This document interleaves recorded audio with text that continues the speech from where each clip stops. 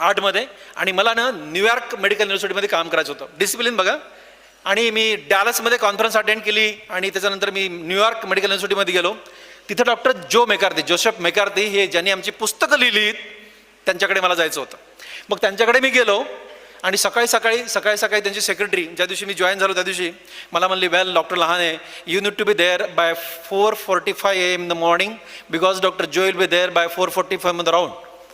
मला कळतं ना, ती म्हणे की डॉक्टर जो मेकार्थी बघा, ज्या युनिव्हर्सिटीमध्ये एक प्रायव्हेट मेडिकल युनिव्हर्सिटी आहे, त्याचा तो बॉस आहे, 3000 डॉक्टर त्या माझ्याकडे काम करतात, आणि तो माणूस 73 वर्षाचा तेव्हाचा तो माणूस म्हणे की 4:45 राऊंडला येतात, तुम्ही सकाळी 4:45 वार्डात पाहिजेत. बाप्पू, म्हणजे मला कळतं ना, म्हणजे हे 4:45. आता बघा, मी इंडियन टाइमचा माणूस, मी गेलो पळत पण मला 5 वाजले होते. मेकार्थी सरांचे 3 पेशंट बघून झाले होते. मी एकदम सॉरी असा परेशान उभा टाकलो.